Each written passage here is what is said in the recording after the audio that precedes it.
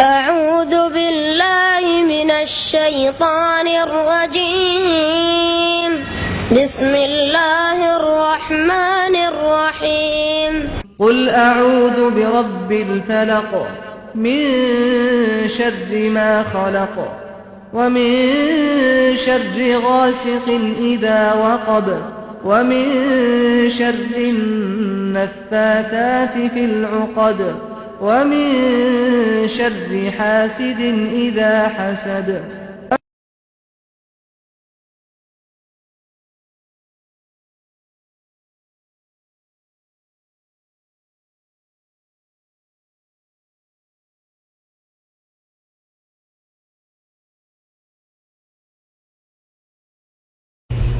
السلام عليكم ورحمة الله وبركاته بسم الله الرحمن الرحيم الحمد لله رب العالمين والصلاة والسلام على سيد المرسلين نبينا محمد وعلى آله وصحبه أجمعين وبعد মহান আল্লাহর সমস্ত প্রশংসা দরুদ ও সালাম নাযিল হোক প্রিয় নবী মুহাম্মদ সাল্লাল্লাহু আলাইহি সাল্লামের উপর আল্লাহুম্মা সাল্লি আলাইহি আল্লাহুম্মা বারিক আলাইহি। এখনকার দার্স হবে তিনটি মূলনীতি উসুল সালাসা সম্পর্কে। দ্বিতীয় বিষয় হচ্ছে আল্লাহর দ্বীন সম্পর্কে জ্ঞান হাসিল করা। এই আল্লাহর দ্বীন সম্পর্কে জ্ঞান হাসিল করার সম্পর্কে তিনটি বিষয় উল্লেখ করা হয়েছিল: ইসলামের রুকন বা স্তম্ভ, ইমানের রুকন স্তম্ভ এবং ইহসান সম্পর্কে। দ্বীনের যে তিনটি স্তর রয়েছে ইসলাম, ইমান, ইহসান সম্পর্কে বিষয়বস্তু ছিল কালেমা লা ইলাহা ইল্লাল্লাহ সম্পর্কে, এর শাহাদাত দান করা। কালেমা লা ইলাহা ইল্লাল্লাহ কালেমা তাইয়্যিবার শাহাদাতে দুটি বিষয় রয়েছে, একটি হচ্ছে ইতিবাচক হ্যাঁ, অর্থাৎ আল্লাহ পাকের ইবাদত বন্দেগী করা একমাত্র, আর দ্বিতীয় হচ্ছে নেতিবাচক, অর্থাৎ আল্লাহ ছাড়া কারো ইবাদত না করা, উপাসনা না করা, আল্লাহ ছাড়া কারো কাছে দোয়া না করা। এই বিষয়টির তাফসীর করছেন লেখক রহমতুল্লাহ আলাইহি কয়েকটি আয়াত নিয়ে এসে। এই বিষয়টি কালেমা লা ইলাহা ইল্লাল্লাহর ব্যাখ্যা করছেন বেশ কয়েকটি আয়াত নিয়ে এসে। একটি আয়াত ইব্রাহিম আলাইহিস সালাতু সালামের বাণী সম্পর্কে রয়েছে, বলছেন ও তাফসীরুহা আল্লাযী ইউওয়াদ্দিহুহা। এই কালেমা তাইয়্যিবার তাফসীর ব্যাখ্যা যা আরো স্পষ্ট করে কওলুহু তাআলা, মহান আল্লাহর এই বাণী বা এই আয়াত, ওয়া ইয ক্বালা ইব্রাহিমু লিআবিহি ওয়া কওমিহি ইন্নানী বারাউম মিম্মা তা'বুদুন ইল্লাল্লাযী ফাতারানী ফাইন্নাহু সায়াহদিন। ইব্রাহিম আলাইহিস সালাতু সালাম যখন বলেছিলেন সেই সময়কে স্মরণ করো, আল্লাহ পাক বলছেন সেই ঘটনাকে স্মরণ করো যখন তিনি বলেছিলেন তার পিতাকে লিআবিহি ওয়া কওমিহি এবং তার জাতিকে, তার সম্প্রদায়কে, ইন্নানী বারাউম মিম্মা তা'বুদুন, তোমরা যেসবের পূজা করো, ইবাদত করো, সেসব থেকে আমি সম্পর্কচ্ছেদের ঘোষণা করছি। বারাত মানে সম্পর্কহীনতা, সম্পর্কচ্ছেদ করা। এই জন্য সূরা তওবার নাম হচ্ছে সূরা বারাআত। সূরা তওবার অপর নাম হচ্ছে সূরা বারাআত। আর বারাআত শব্দ দিয়ে আল্লাহ পাক এই সূরা শুরু করেছেন, বারাআতুম মিনাল্লাহি ওয়া রাসূলিহি, আল্লাহর পক্ষ থেকে এবং তার রাসূল সাল্লাল্লাহু আলাইহি ওয়াসাল্লামের পক্ষ থেকে সম্পর্ক ছিন্ন করার ঘোষণা। চূড়ান্ত সিদ্ধান্ত আল্লাহ পাকের এই সূরায়। এই জন্য বিসমিল্লাহ নেই, আল্লাহ পাকের পক্ষ থেকে অকাট্য ফয়সালা। ইলাল্লাযিনা আহাদু মিনাল মুশরিকিন, মুশরিকদের সাথে সম্পর্ক ছিন্ন করার ঘোষণা। যেমন শিরক থেকে সম্পর্ক ছেদ করতে হবে, তেমনি মুশরিক থেকেও সম্পর্ক ছিন্ন করতে হবে। তো ধর্মীয় সম্পর্ক, বাকি দুনিয়ার যদি কিছু হক থাকে সে হক অবশ্যই আদায় করতে হবে। যেমন মা বাবা যদি মুশরিক হয় তাদের পার্থিব হক রয়েছে, সে হক আদায় করতে হবে। আল্লাহ পাক বলছেন যে ইব্রাহিম আলাইহিস সালাতু সালাম বলেছিলেন তার পিতাকে এবং তার জাতিকে, ইন্নানী বারাউন, নিশ্চয় আমি সম্পর্ক ছিন্ন করার ঘোষণা করছি, মিম্মা তা'বুদুন, ওই সব উপাস্য থেকে যে সবের তোমরা পূজা করে থাকো, উপাসনা করে থাকো, ইল্লাল্লাযী, তবে, আল্লাযী ফাতারানী, যিনি আমাকে সৃষ্টি করেছেন। ফাতারানী মানে খালাকানি, যিনি আমাকে সৃষ্টি করেছেন। ফাতিরুস সামাওয়াতি ওয়াল আরদ কোরআনে রয়েছে, আসমান এবং জমিন সৃষ্টিকারী, সূরা ফাতির রয়েছে। ফাইন্নাহু সায়াহদিন, কারণ তিনি আমাকে হিদায়াত করে থাকেন বা তিনি আমাকে হিদায়াত করবেন। তিনি আমাকে রাস্তা দেখাবেন। তোমরা বিভ্রান্ত করতে চাও, তোমরা আমাকে মুশরিক বানাতে চাও, তোমরা আমাকে শিরকের জায়গায় নিয়ে যেতে চাও, শিরকের মেলায় নিয়ে যেতে চাও। তারা চেয়েছিল নিয়ে যেতে। তখন তিনি বলেন ইন্নী সাকিব, আমি অসুস্থ রয়েছি। তাওরিয়া করেছিলেন, মানে কথা একটু বাঁকা করে বলা, ডাহা মিথ্যা নয়। মনের অসুখ, অসুখ মানুষের দুই রকম হয়, এক হচ্ছে মানসিক অসুখ, এক হচ্ছে দৈহিক অসুখ। তো ইব্রাহিম আলাইহিস সালাম দৈহিক দিক থেকে তো অসুস্থ ছিলেন না, কিন্তু মানসিক দিক থেকে চরম অসুস্থতা বোধ ফিল করছিলেন যে এই মুশরিকদের পরিবেশে কেমন করে বসবাস করব। বাবাকেও হেদায়েত করতে পারলাম না, বাবা আরো ধমক দিচ্ছে, তাকে হিদায়াত করলে, তাকে ভালো কথা বললে, তাহলে ঘরেই যদি দুশ্মন থাকে, নিজের বাবাই যদি দুশ্মন হয়, তাহলে এই তাওহীদের কথা মানুষকে কি করে পৌঁছাবো। মানসিক অসুস্থতায় ভুগছিলেন, ইন্নী সাকিব। তো এই আয়াত থেকে লা ইলাহা ইল্লাল্লাহর ব্যাখ্যা কেমন করে হয় এ বিষয়টি বুঝার। তা হচ্ছে ইন্নানি বারাউ মিম্মা তা'বুদুন। এতে কি রয়েছে দেখি আপনারা কি বুঝলেন আয়াতের তরজমা থেকে? হ্যাঁ, যে বলবেন হাত তুলবেন। ইন্নানি বারাউ মিম্মা, আবার তরজমা করে দিচ্ছি, নিশ্চয় আমি সম্পর্ক ছেদের ঘোষণা করছি তোমরা যেসবের পূজা করো সেসব থেকে। এতে লা ইলাহা ইল্লাল্লাহর কোন অংশের ব্যাখ্যা রয়েছে? হ্যাঁ, কিসের?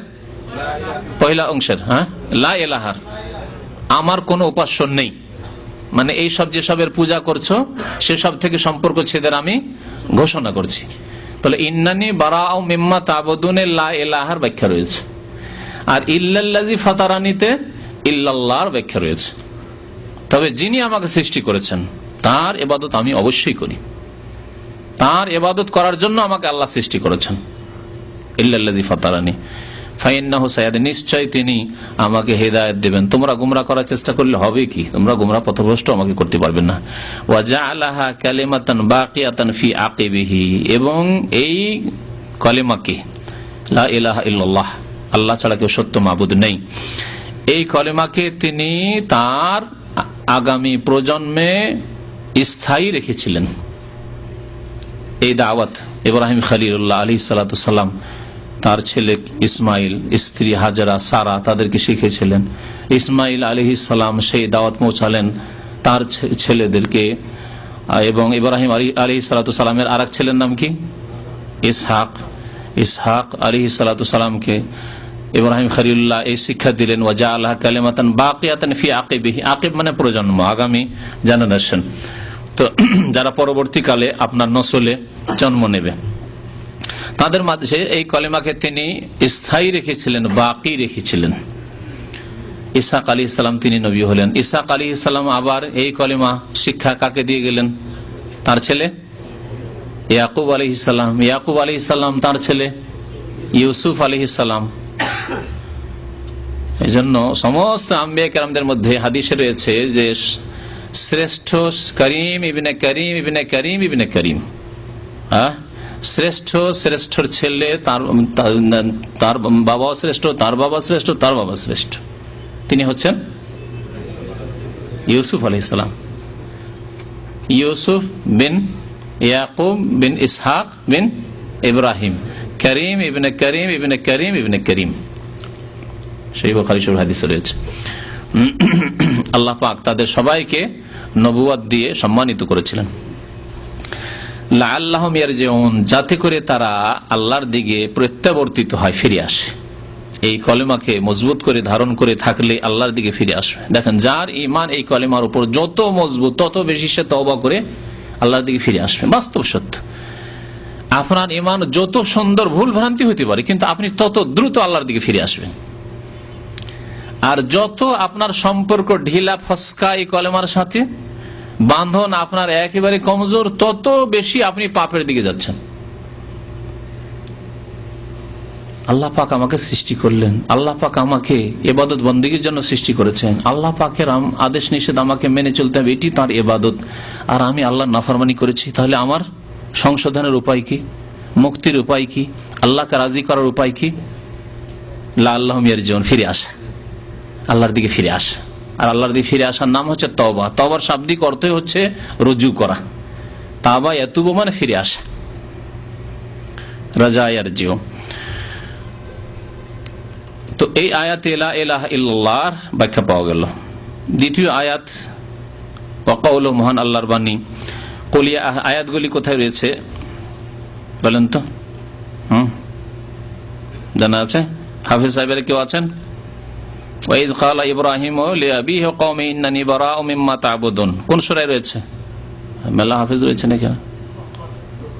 সূরা যুখরুফ, ঠিক আছে, যুখরুফ ছোট সূরা। ওয়া কাউলুহু ইয়া আহলাল কিতাবে তাআলাউ ইলা কালিমাতিন সাওয়াইন বাইনানা ওয়া বাইনাকুম আল্লা না'বুদা ইল্লাল্লাহ ওয়া লা নুশরিকা বিহি শাইআ ওয়া লা ইয়াত্তাখিযা বা'দুনা বা'দান আরবাবা মিন দুনিল্লাহ ফাইন তাওয়াল্লাউ ফাকুলু আশহাদু বিআন্না মুসলিমুন।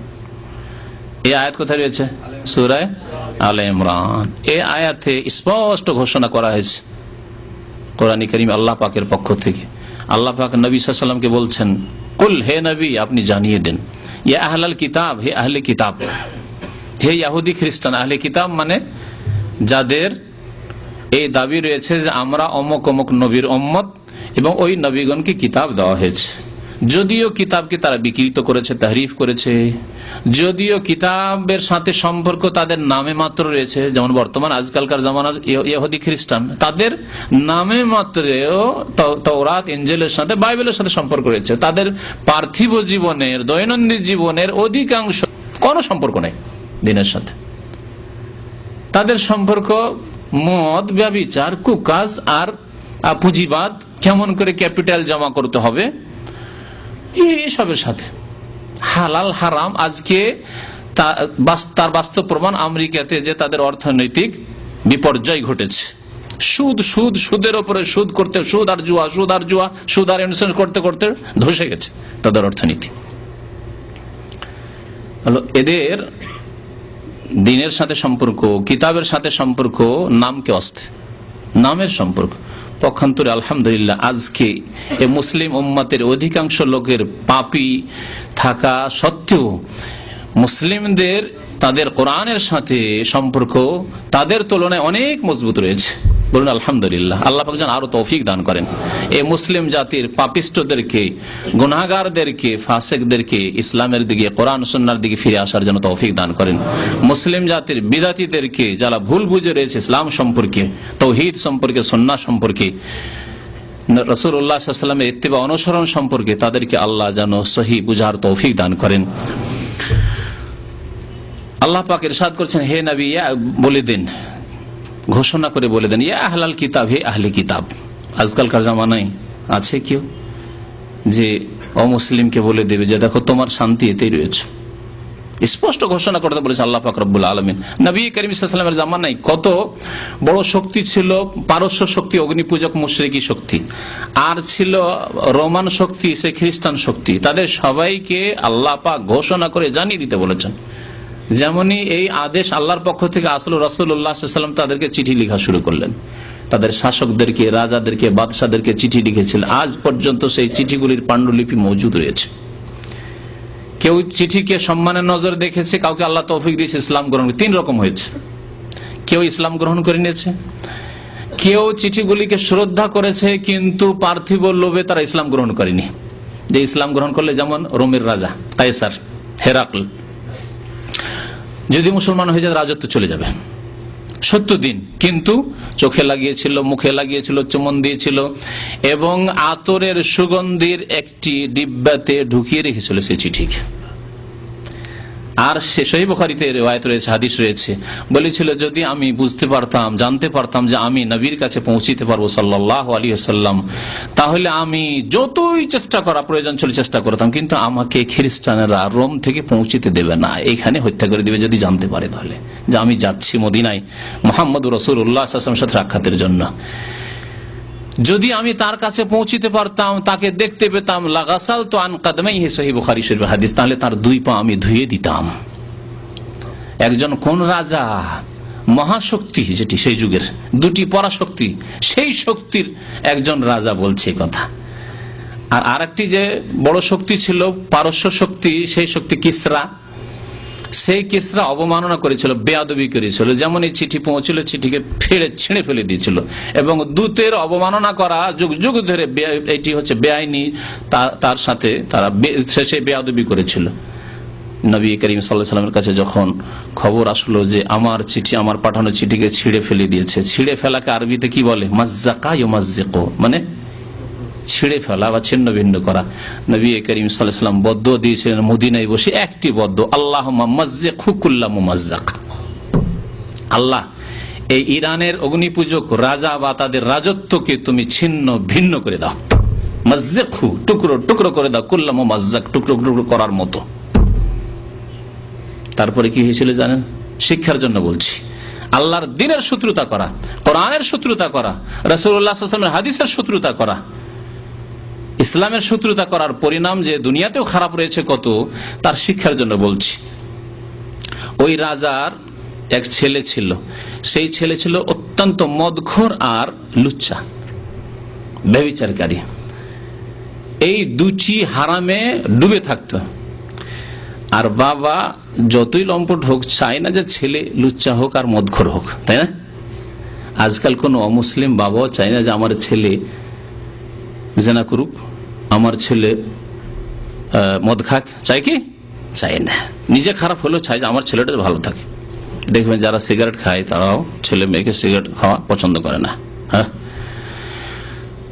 তো ও চাইতো যে না, বাধা দেবো, এগুলো কাজ করতে দেবো না, আর ছেলে এগুলো করবে। দেখছি আমার সামনে বাধা হচ্ছে আমার বাবা, এই বাধা দূর করে দিলে আমি রাজত্বটাও পেয়ে যাব, আর আমি ইচ্ছা মতো ব্যভিচার কুকাজ করবো, ইচ্ছা মতো মদ পান করবো, মদে ডুবে থাকবো, কেউ আমাকে নিষেধ করার আর থাকবে না। পরিকল্পনা নিল ছেলে বাবাকে মারার জন্য।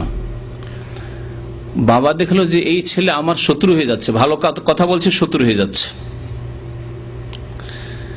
তো ও প্রস্তুতি নিচ্ছে ছেলেকে মারার জন্য। এইরকম অবস্থা সৃষ্টি হয়ে গেল।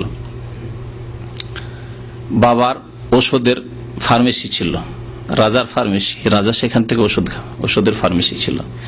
সেই ফার্মেসিতে একটা বিষের বোতল ভর্তি করে তাতে লিখে রেখেছিল যে দাওয়াউন মুকাউবিলিল জিমা, এমন ওষুধ যাতে যৌন শক্তি বৃদ্ধি পাবে, লেবেলে লেখা আছে। ওষুধ রেখে দিয়েছে, ওষুধ বানিয়ে, কিন্তু আসলে ওষুধ না, এটা হচ্ছে বিষ।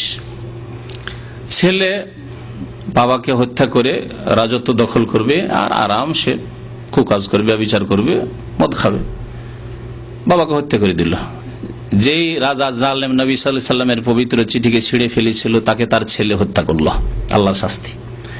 ছেলে বাবাকে হত্যা করে দেওয়ার পরে যখন ঢুকলো রাজ প্যালেসে, ঢুকলো, দেখলো ফার্মেসি তো আমার বাবার স্পেশাল ফার্মেসি তো আমাদেরকে ঢুকতে দেয় না। ঢুকার পরে দেখছে ওষুধ পানি, দেখছে একটাতে লেখা আছে দাওয়াউন মুকাউবিলিল জিমা, এমন মেডিসিন যাতে যৌন শক্তি, সহবাস শক্তি বৃদ্ধি পাবে। আর কি ডক ডক ডক ডক ডক ডক করে ওষুধ খেয়ে ফেললো। আর যে ওষুধ খাওয়া সাথে সাথে জাহান্নামে পৌঁছে গেল, জাহান্নাম রসিদ হয়ে গেল বেটা। তারপরে শুধু ওই মেয়ে বেঁচে থাকে, একটি মেয়ে ওই রাজার, মানে এই যে শেষে মরলো এর এক বোন। ওই বৃদ্ধ রাজা জালেম যে নবী সাল্লাল্লাহু আলাইহি ওয়াসাল্লামের চিঠির সাথে বেয়াদবি করেছিল, ছিঁড়ে ফেলেছিল, তার একটি মেয়ে থাকে। মেয়ে তখন সেখানকার নেতৃত্ব, আসলে নারী নেতৃত্ব আজকে থেকে 1400 বছর আগে আসলে ইরানে, পারস্য দেশে। নবী করিম সাল্লাল্লাহু আলাইহি ওয়াসাল্লাম শুনতে পেলেন যে ইরানে ওই বৃদ্ধ জালেমও মারা গেছে, তার ছেলে একটা ছিল সেও হালাক হয়েছে, আর তারপরে রাজার এক মেয়ে ছিল, সে এখন রানী হয়েছে, দেশের নেতৃত্বে এসেছে। নবী করিম সাল্লাল্লাহু আলাইহি ওয়াসাল্লাম ভবিষ্যৎবাণী করলেন এবং এর পরিণাম সম্পর্কে সতর্ক করলেন মুসলিম উম্মাহকে। বললেন, সহিহ বুখারী শরীফে হাদিস রয়েছে, লা ইউফলিহা কওমুন ওয়াল্লাহু আমরাহুম ইমরাআহ, সেই জাতি কখনো মুক্তি পাবে না, রেহাই পাবে না, শান্তি পাবে না, ফালাহ পাবে না, যেই জাতি নেতৃত্ব দেবে নারী। ওয়াল্লাহু কওমাহুম ইমরাহ। তার কিছুদিন পরে নারী নেতৃত্ব, দুর্বল নেতৃত্ব, একটা পুরুষ রাজার কাছে গিয়ে, পুরুষ শাসকের কাছে গিয়ে দুর্বল হয়ে যায়, অনেক সময় চুক্তি মানতে বাধ্য হয়ে যায়, তো ইত্যাদি ইত্যাদি। নারীদের আল্লাহ পাক রব্বুল আলামিন দুর্বল করে সৃষ্টি করেছেন, সে কি করে সবল হবে? আল্লাহ পাকের ফিতরাতের বিরোধী কাজ করা অসম্ভব। আল্লাহ পাক যে প্রকৃতি দিয়ে যাকে সৃষ্টি করে সেই প্রকৃতি থাকতে হবে। দেখেন অত দূর ওপরের নারী নেতৃত্বে না গিয়ে বাড়িতে দেখেন, বাড়িতে আপনার ছেলেরা রয়েছে, মেয়েরা রয়েছে, আপনার স্ত্রীকে ভয় করে না, 12 বছর 14 বছরের ছেলে আপোষে কলহ বিবাদ করেছে, ঝগড়া করেছে, মা এত বুঝাচ্ছে বা ধমক দিচ্ছে, মারতেও যাচ্ছে, পরোয়াই করে না, ঠিক না? যদি বলে আচ্ছা ঠিক আছে তোর আব্বাকে এক্ষুনি বলছি, এক্ষুনি টেলিফোন করছি, সোজা হয়ে গেছে, বাবার সামনে সোজা। নারী দুর্বল, মা তারপরেও শাসন করে কন্ট্রোল করতে পারছে না ছেলেদেরকে। কি বলছিলাম, নবী করিম সাল্লাল্লাহু আলাইহি সাল্লাম এই আয়াতগুলি নাযিল হওয়ার পরে প্রত্যেক শাসককে চিঠি পাঠিয়েছিলেন। এক রকমের শাসক ইসলাম কবুল করেছিল, আর এক রকমের শাসক শ্রদ্ধা করেছিল চিঠির, কিন্তু তারা দুনিয়ার লোভে ইসলাম কবুল করেনি। আর এক রকমের শাসকরা চিঠির সাথে অবমাননা করেছিল, রাসূলুল্লাহ সাল্লাল্লাহু আলাইহি ওয়াসাল্লাম বেয়াদবি করেছিল এবং শত্রুতার ঘোষণা করেছিল। আল্লাহ পাক তাদেরকে ছিন্ন ভিন্ন করে দিয়েছেন। কুল ইয়া আহলাল কিতাব, হে নবী আপনি বলে দেন, হে আহলে কিতাব, তাআলাউ ইলা কালিমা, এমন একটি বাক্যের কাছে এসে যাও। তাআলাউ মানে এসো, ইলা কালিমা একটি কলেমার দিকে। কলেমা মানে বাক্য। অনেক সময় কলেমা বললে, কলেমা মানে শব্দ হয় আসলে, কিন্তু এর ভাব অর্থ অনেক সময় বাক্য নেওয়া হয়, সেন্টেন্স। লা ইলাহা ইল্লাল্লাহ কলেমা না কালাম? গ্রামারে এমনি আমরা বলছি কলেমা লা ইলাহা ইল্লাল্লাহ, কিন্তু এটি কলেমা কালাম, বাক্য। এমন একটি বাক্যের দিকে, ভাব অর্থ, এমন একটি বাক্যের দিকে চলে আসো, সাওয়াইম বাইনানা ওয়া বাইনাকুম, যা আমাদের মাঝে এবং তোমাদের মাঝে সমান। আমরা এই মৌলিক বিষয়ে, মৌলিক দাওয়াতে আমরা কিন্তু সমান অধিকার রাখি, অধিকারের দিক দিয়ে সমান। তারপরে আসল দিন তোমাদের কাছে যেই দিন এসেছে, মুসা আলাইহিস সালাম নিয়ে এসেছেন, ঈসা আলাইহিস সালাম নিয়ে এসেছেন, তাদের দাওয়াত আর মুহাম্মদ রাসূলুল্লাহ সাল্লাল্লাহু আলাইহি ওয়াসাল্লামের দাওয়াত সাওয়াইম বাইনানা ওয়া বাইনাকুম, একই সমান। মুসা আলাইহিস সালাম লা ইলাহা ইল্লাল্লাহ নিয়ে এসেছেন, ঈসা আলাইহিস সালাম লা ইলাহা ইল্লাল্লাহ নিয়ে এসেছেন, যাদের অনুসরণে তোমরা দাবি করো কিন্তু তোমরা কাজে পরিণত করো না, বিকৃত করেছো সেই ধর্মকে। আর মুহাম্মদ রাসূলুল্লাহ সাল্লাল্লাহু আলাইহি ওয়াসাল্লাম লা ইলাহা ইল্লাল্লাহ নিয়ে এসেছেন। এমন কি বেদে, যদিও বেদ আরজরাই রচনা করেছে, আসমানে নাযিলকৃত কোনো কিতাব নয়, পুস্তক নয়, গ্রন্থ নয়, কিন্তু যেই বেদ রচনা হয়েছিল যাদের মাধ্যমে, তারা এমন এলাকা থেকে গিয়েছিল, হয় প্যালেস্টাইন থেকে, 2-3টি ইতিহাস রয়েছে, প্যালেস্টাইন থেকে গিয়েছিল অথবা ইরাক থেকে গিয়েছিল, যেগুলি হচ্ছে আরজুল আম্বিয়া, নবীদের জমি, নবীদের ভূমি। সুতরাং আজকে থেকে 4 থেকে 5,000 বছর আগে আর্যরা যখন ভারতে গেল, যারা পরে ব্রাহ্মণ নামে পরিচিত হইল, আর্যরা গিয়ে যখন নিজেরা বেদ রচনা করলো, তাদের কাছে কিছু মগজে নবীদের খবর, আসমানি খবর ছিল, তাওহীদ সম্পর্কে কিছু জ্ঞান ছিল। রচনা করতে গিয়ে তাওহীদের কথা বিভিন্ন বেদে তখন তারা উল্লেখ করলো, কিন্তু হিন্দুরা তা বাস্তবে পরিণত করলো না, সেই ধর্মকে পৌত্তলিকতার, পুতুল পূজার ধর্মে রূপান্তরিত করে দিল। এই জন্য বেদেও কিছু তাওহীদের কথা আছে, একত্রের কথা আছে, আবার অসংখ্য দেবী দেবতার কথাও আছে। জগা খিচুড়ি হয়ে গেছে, বিকৃত হয়ে গেছে, সব কথা আছে, পুতুল পূজার কথাও আছে, আর একাম ব্রহ্মা, দ্বিতীয় নাস্তি, এসব কথাও আছে। হ্যাঁ, মুহাম্মদ রাসূলুল্লাহ সাল্লাল্লাহু আলাইহি ওয়াসাল্লাম, তার জাতি, তার দলের লোকেরা লিঙ্গাচ্ছেদী, হ্যাঁ, লিঙ্গ ছেদ করা হবে মানে খাতনা করা হবে, এসব কথাও রয়েছে ঋগ্বেদে। তো এসব কথাও আছে, আর তার সাথে সাথে জগা খিচুড়ি হয়ে আরো কিছু আছে। তো যদি এই জগা খিচুড়ি থেকে এই হক বাতিলের সংমিশ্রণ যেখানে ঘটেছে, সত্য মিথ্যার যেখানে সংমিশ্রণ ঘটে গেছে, সেখান থেকে মুক্ত হলে কোরআনে কারীমের কাছে আসতে হবে, যেই কিতাবের আল্লাহ হেফাজতের দায়িত্ব নিয়েছেন।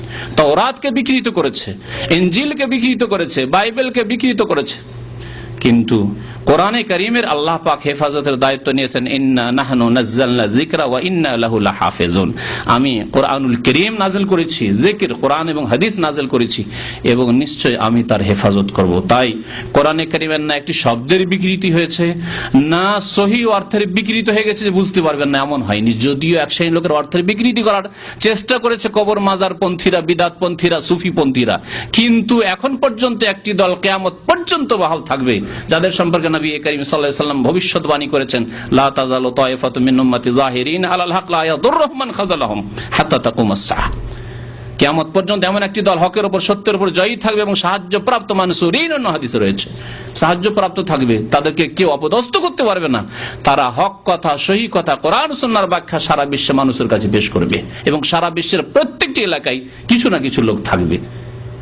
আল্লাহ পাক রব্বুল আলামিন কোরআনে কারীমের এইভাবে হেফাজতের দায়িত্ব নিয়েছেন।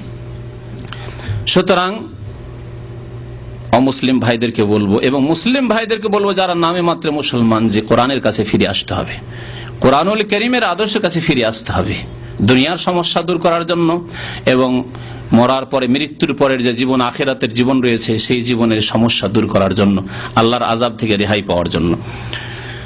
তো আল্লাহ পাক বলছেন তাআলাউ ইলা কালিমা, এমন একটি বাক্যের কাছে চলে আসো, সাওয়াইম বাইনানা ওয়া বাইনাকুম, আমাদের মাঝে তোমাদের মাঝে সমান সমান অধিকার রাখে।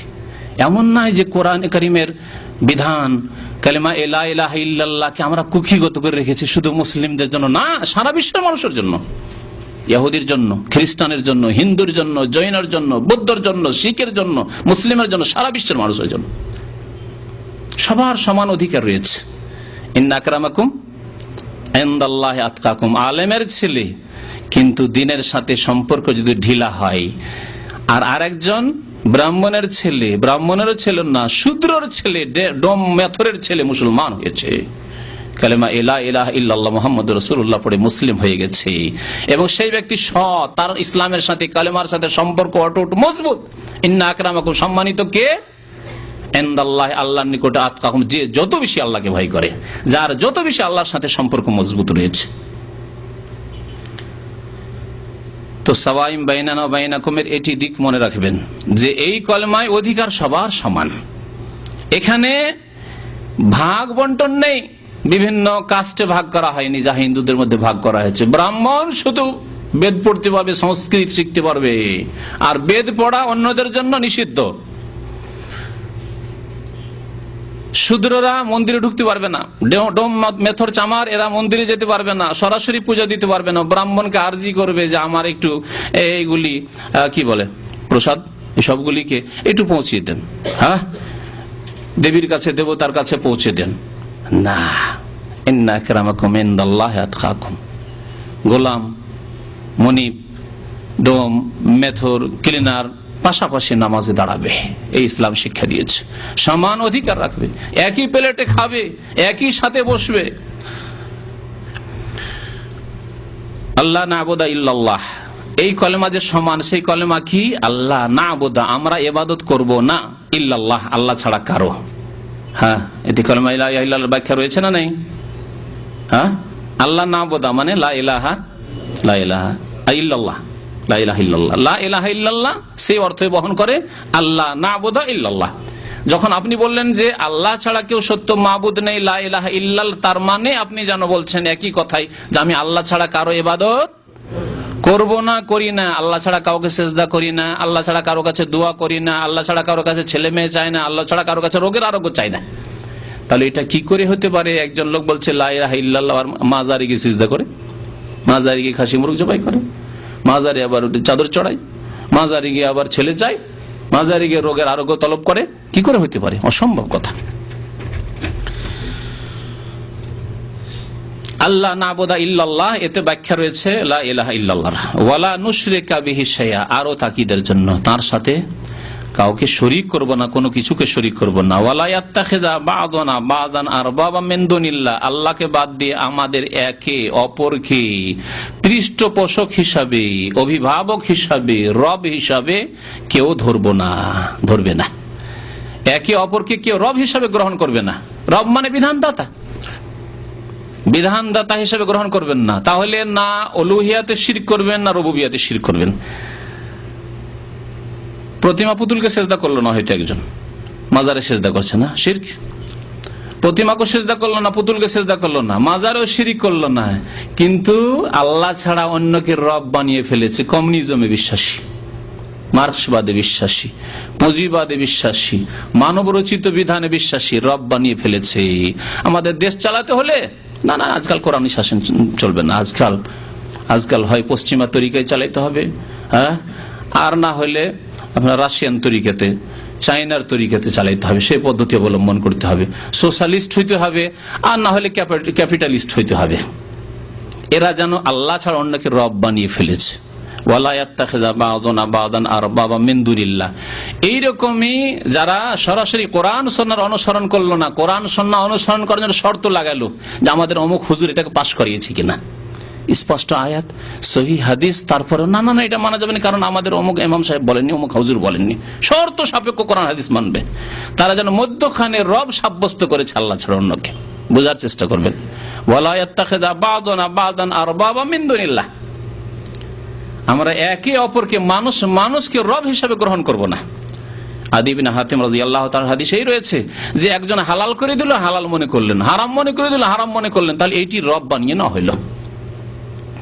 আজকে খ্রিস্টান জগতে ভ্যাটিকানের যে বড় পোপ, সে খ্রিস্টান জগতের জন্য যে কোনো জিনিস যদি বৈধ করে তো বৈধ হয়ে যাবে। এতদিন পর্যন্ত ঈসা আলাইহিস সালাম থেকে শুরু করে হালাল ছিল হয়তো হারাম হয়ে যাবে যদি হারাম করে, আর হারাম ছিল হালাল হয়ে যাবে। এই অধিকার তাদের আছে নাকি তারা বলে। ইসলাম এইরকম নয়। কাবা শরীফের ইমাম এতদিন ধরে একটি কাজ হারাম ছিল আর হালাল হয়ে যাবে না, এই অধিকার কাউকে দেওয়া হয়নি। যা হালাল হারাম কোরআন হাদিসে স্পষ্ট হচ্ছে।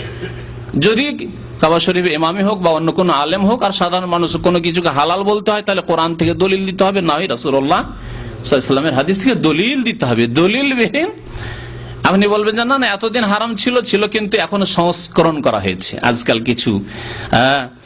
আজকাল কিছু মডার্ন মুসলিমরা বলছে ইসলামের সংস্কার প্রয়োজন, এরকম দাবি করছে। সংস্কার করতে হবে, মডিফাই করতে হবে ইসলামকে। এরা ওই রকমই যারা মানুষকে রব বানিয়ে নিতে চায়, যুগ উপযোগী করতে হবে, যেন তাদের কাছে কোরআন সুন্নাহর বিধান যুগ উপযোগী নয়। অথচ আল্লাহ পাক কিয়ামত পর্যন্ত কোরআনের হেফাজত করবেন এবং কোরআনের বিধান বাস্তবায়ন হবে, এতেই শান্তি পাবে। শেষ জামানায় এই কোরআন ছাড়া আর কোনো বিধান থাকবে না। নবী করিম সাল্লাল্লাহু আলাইহি ওয়াসাল্লাম সেই ভবিষ্যৎবাণীও করেছেন। ফাইন তাওয়াল্লাউ, এসব কথা বলে দেওয়ার পরে যদি তারা ফিরে যায় মানব না। এতগুলি কথা বলা হলো, আল্লাহ পাক কি বললেন? একটি কথার দিকে চলে আসো যেটি সমান, যাতে আমাদের সমান অধিকার রয়েছে। আল্লাহ নাবুদা ইল্লাল্লাহ, একমাত্র আল্লাহর ইবাদত করবো আর কারো ইবাদত করবো না। ওয়ালা নুশরিকা বিহি শাইআ, আল্লাহর সাথে শিরিক করবো না। আর আমরা একে অপরকে মানুষকে রব হিসাবে, পৃষ্ঠপোষক হিসাবে, বিধান দাতা হিসাবে গ্রহণ করবো না। বিধান নেব একমাত্র আল্লাহ পাকের কাছ থেকে, রাসূলুল্লাহ সাল্লাল্লাহু আলাইহি ওয়াসাল্লামের হাদিস থেকে। যদি না মানে ফিরে যায় যদি, ফাকুলু, তাহলে হে নবী হে মুসলিম তোমরা বলে দাও, ইশহাদু, সাক্ষী থাকো, তোমরা সাক্ষী থাকো, বেআন্না মুসলিমুন, যে আমরা মুসলিম।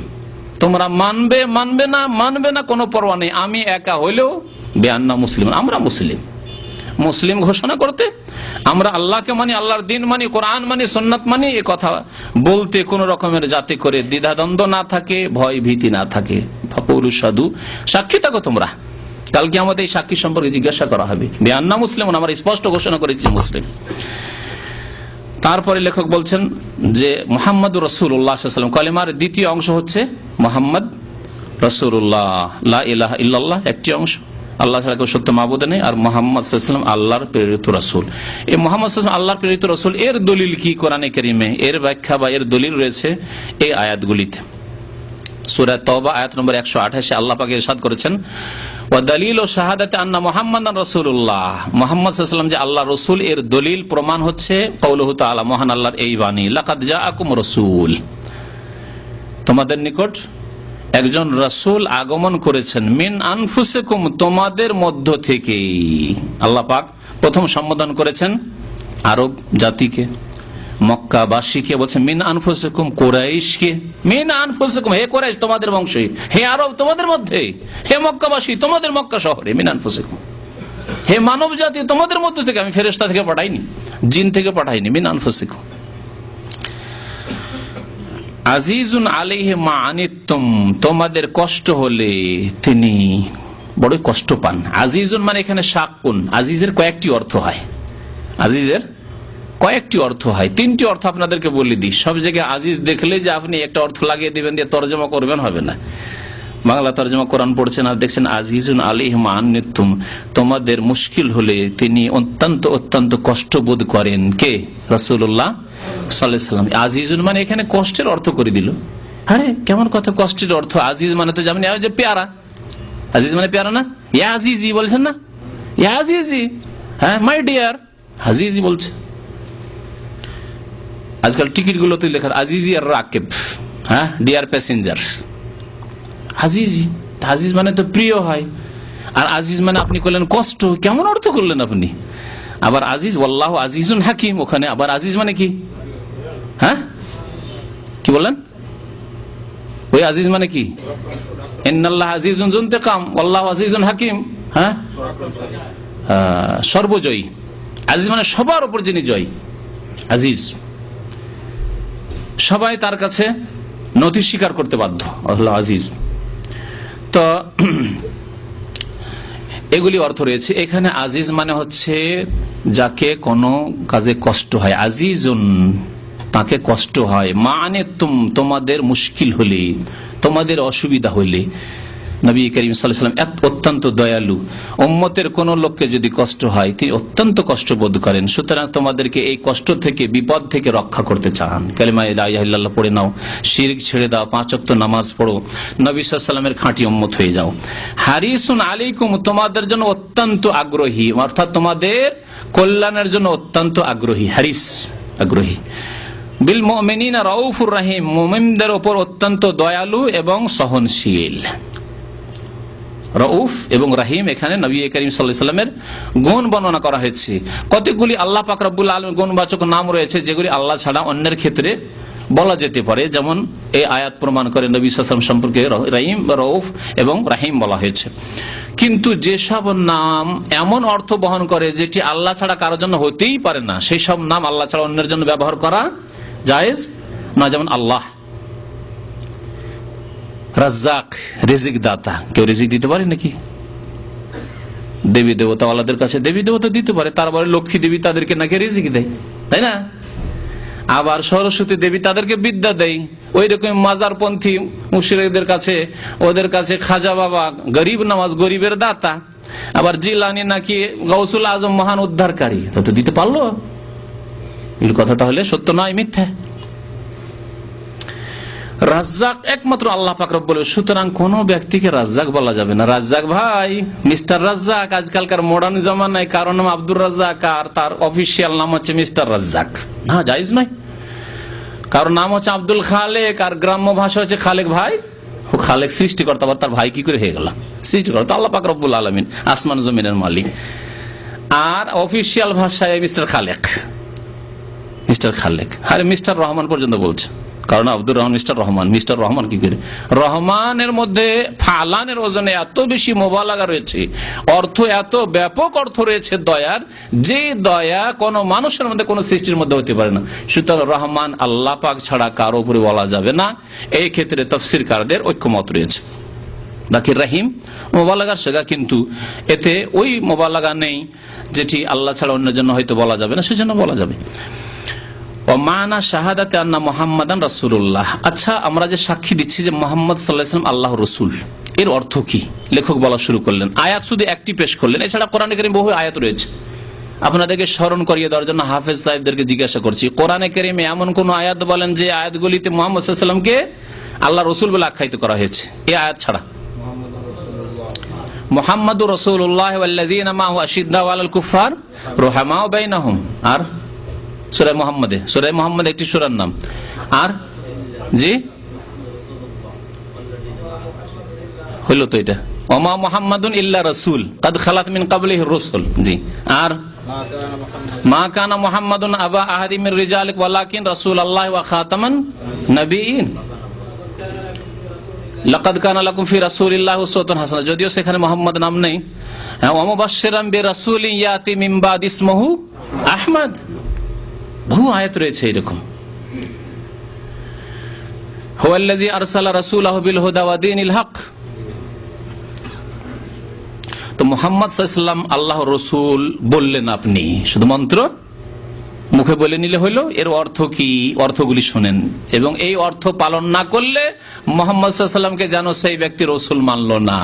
শুধু মন্ত্র পড়া নয় যে বেদতান্ত্রিক মন্ত্র, বেদের মন্ত্র পড়ে নিলেন, বা আজকাল জাদুকরদের কিছু মন্ত্র রয়েছে, মন্ত্রগুলি পড়লো আর কাউকে জাদু করে দিল, কাউকে বান মেরে দিল, কাউকে কিছু করলো। এইরকম ইসলাম না। ইসলাম হচ্ছে বাস্তব জীবনের দ্বীনের নাম, এমন একটি জীবন বিধান, আসমানি জীবন বিধান, যেটি জীবনের প্রত্যেকটি ক্ষেত্রে বাস্তবায়িত হবে। সুতরাং কালেমায়ে মুহাম্মদ রাসূলুল্লাহ এই কথার বাস্তবায়ন হইতে হবে আপনার জীবনে। দেখুন, প্রথম কথা হচ্ছে মুহাম্মদ সাল্লাল্লাহু আলাইহি ওয়াসাল্লাম আল্লাহ রাসূল বলার অর্থ তাআতুহু ফিমা আমার, যা তিনি আদেশ করেছেন সেসব আদেশের ক্ষেত্রে তাঁর আনুগত্য করা। তাহলে যেই ব্যক্তি মুহাম্মদ সাল্লাল্লাহু আলাইহি ওয়াসাল্লামের আনুগত্য করলো সেই ব্যক্তি যেন মুহাম্মদুর রাসূলুল্লাহর প্রতি ঈমান নিয়ে আসলো, সাক্ষ্য প্রদান করলো, না হলে মন্ত্র পড়লো, লা ইলাহা ইল্লাল্লাহ মুহাম্মাদুর রাসূলুল্লাহ পড়লো আর নবী সাল্লাল্লাহু আলাইহি ওয়াসাল্লামের আনুগত্য করে না, তাহলে সে যেন মন্ত্র পড়লো, বাস্তব জীবনে ইসলামের বাস্তবায়ন করলো না। প্রথম শর্ত হচ্ছে মুহাম্মদ সাল্লাল্লাহু আলাইহি ওয়াসাল্লাম আল্লাহ রাসূল বলার তাআতু ফি মা আমার, যা আদেশ করেছেন তার আনুগত্য করা। শর্ত লাগিয়ে না, কন্ডিশন লাগিয়ে যে রাসূলের ওই হাদিস মানবো কিন্তু দেখবো যে আমার হুজুররা মেনেছেন কিনা, কিন্তু শর্ত লাগানো রে ভাই। আর এক শ্রেণীর লোকেরা এইরকম শর্ত সাপেক্ষ হাদিস মানে, সহিহ বুখারী শরীফ হাদিস মানবে শর্ত সাপেক্ষ, আমাদের তরিকে আছে কিনা। মুসলিম শরীফ হাদিস মানবে ওই আমাদের ইমাম সাহেবেরা হুজুর সাহেবেরা বলেছেন কিনা, বললে তাহলে ঠিক আছে, না হলে না। আর যদি কেউ সহি হাদিসের উপর আমল করে স্পষ্ট হয়ে যাওয়ার পর, সহি হাদিস তাকে ভালো আলেম স্পষ্ট করে দিল এটি সহি হাদিস, মানসুখ নয় সহি হাদিস, তারপরেও যদি বলে যে না শর্ত দিয়ে মানতে হবে, তাহলে যদি পুরাপুরি নাও হয় আংশিক হাদিস অস্বীকার করল। মুনকিরিন হাদিস দুই রকম, যারা হাদিসকে অস্বীকার করেছে তারা দুই রকম। এক হচ্ছে ফুল পূর্ণরূপে মুনকারিনে হাদিস, হাদিস অস্বীকারী যারা আহলে কোরআন, পাকিস্তান থেকে জন্মেছে, আব্দুল্লাহ চাকড়া লোবি একজন ছিল পাকিস্তানে, সে জন্মেছে, আর ভারত পাকিস্তান বাংলাদেশে তাদের কিছু লোক ছড়িয়ে পড়েছে যে কোরআনে যা আছে তাই মানে, হাদিসে মানি না। কোরআনে যা আছে তো কোরআনে তো নামাজ পড়ার তরিকাও নেই, তো নামাজ পড়বে কি, সেজন্য নামাজিও নয় তারা, ইসলামের কোনো কিছু পালন করে না। আল্লাহ বলেছেন কোরআনে আতুজ জাকাত, জাকাত 2.5% দিতে হবে, কোরআনে কোথাও নাই, শতকরা 2.5 টাকা দিতে হবে, নেশাব কতটুকু কোথাও নেই কোরআনে কারিমে, তাহলে কোনো কিছুই তারা পালন করে না। এই হচ্ছে আহলে কোরআন যারা পুরাপুরি মুনকারিন হাদিস, হাদিস অস্বীকারী। আর যারা হাদিসকে শর্ত লাগিয়ে মানে তারা আংশিক মুনকারিন হাদিস, পুরোপুরি হাদিস অস্বীকারী নয়, কিন্তু কিছু কিছু ক্ষেত্রে আংশিক ক্ষেত্রে কিয়াসের খেলাফ হয়ে গেছে, সেজন্য হাদিস ছেড়ে দিল। মুনকারিনে হাদিস আংশিক, যুক্তিতে ধরে না এই কথা। কেমন করে এটা হইতে পারে? আপনার যুক্তির কোন মূল্য আছে? আল্লাহ পাক আপনাকে সীমিত ব্রেন দিয়েছেন, রাসূলুল্লাহ সাল্লাল্লাহু আলাইহি ওয়াসাল্লামের জবান থেকে বেরিয়েছে সহিহ হাদিস, মুহাদ্দিসিন কেরামরা যঈফ বলেন, জাল বলেন সহিহ হাদিস, তারপরে আপনার আপত্তি কোথায়? ওয়া ইউসাল্লিমু তাসলিমা কোথায়? চোখ বন্ধ করে মেনে নেওয়ার যে আল্লাহ পাক আদেশ করেছেন কোথায়?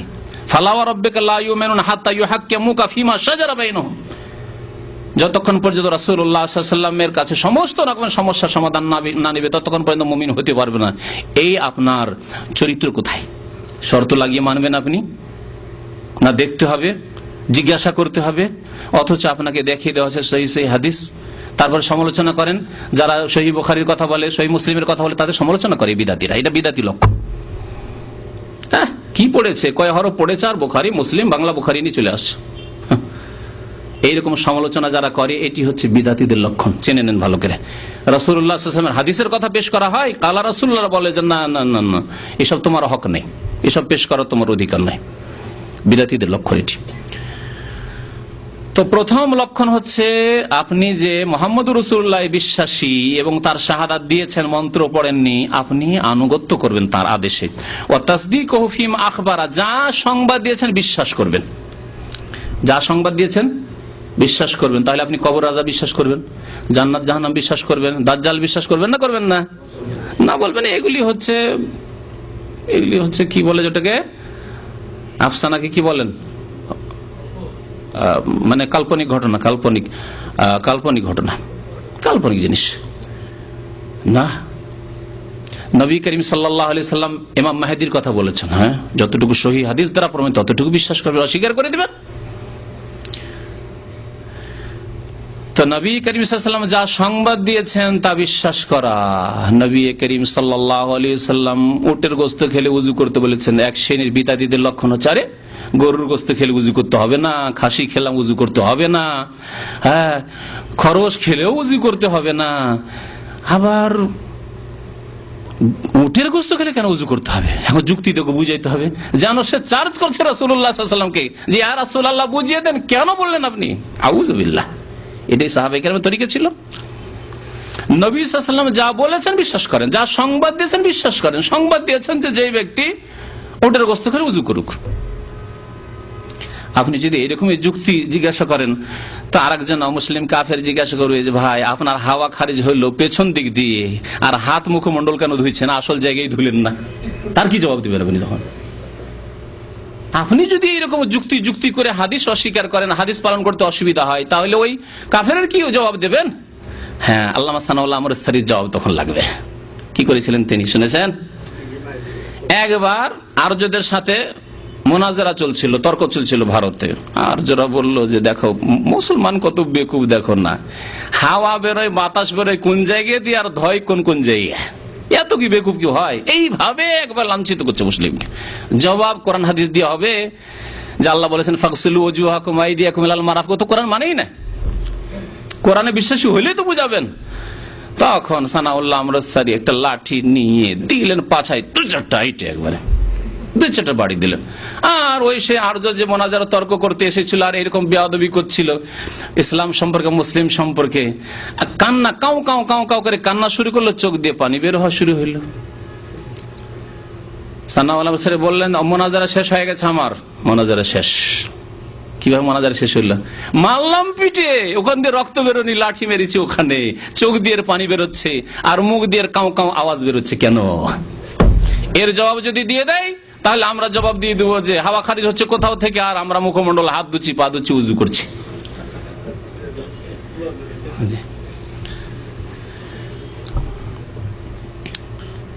নবী করিম সাল্লাল্লাহু আলাইহি সাল্লামের যা কিছু সংবাদ, গায়বী সংবাদ, দেখি না বুঝি না, কবর আযাব দেখি না বিশ্বাস করি, জান্নাত দেখি না, জাহান্নাম দেখি না বিশ্বাস করি, হিসাব হবে, জবাব দিতে হবে, পুলসেরাত হবে বিশ্বাস করি। নবী সাল্লাল্লাহু আলাইহি ওয়াসাল্লাম খবর দিয়েছেন।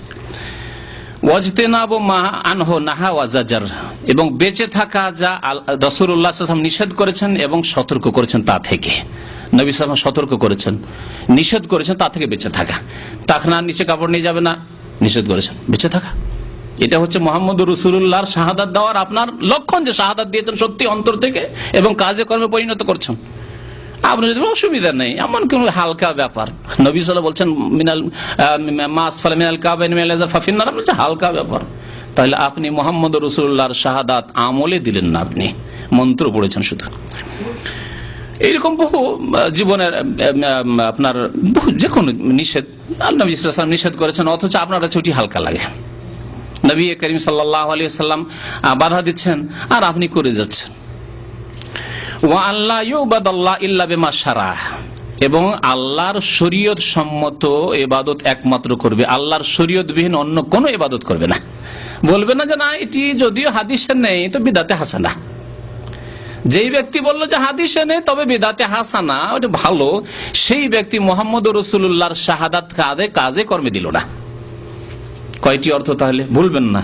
তাআতুহু ফিমা আমার ওয়া তাসদীকুহু ফিমা আখবারা ওয়াজতিনাবু মা আনহু নাহা ওয়া জাজার, আর কি ওয়া লা ইউবাদাল্লাহ ইল্লা বিমা শারা। চারটি কথা মনে রাখবেন।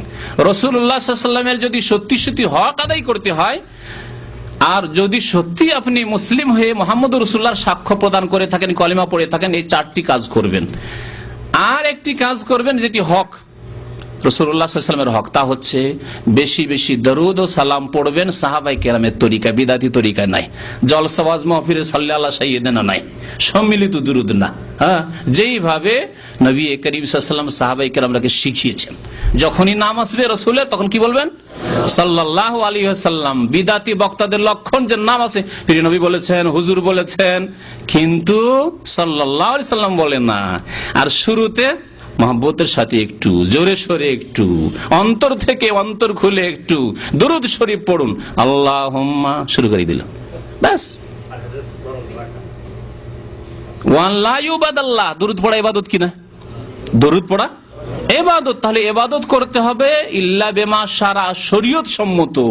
শরীয়ত নাযিল হয়েছে মুহাম্মদুর রাসূলুল্লাহর উপর, এবং তার বাস্তবায়ন প্রথম সারির লোক যারা করেছেন তারা হচ্ছেন সাহাবায়ে কেরাম। ফাইন আমানু বিমিসলি মা আমানতুম বিহি, হে সাহাবায়ে কেরাম, তোমাদের মতো তারা যদি ঈমান নিয়ে আসে পরবর্তী লোকেরা, তাহলে ফাকাদ ইহতাদাও, তাহলেই হিদায়াত পাবে।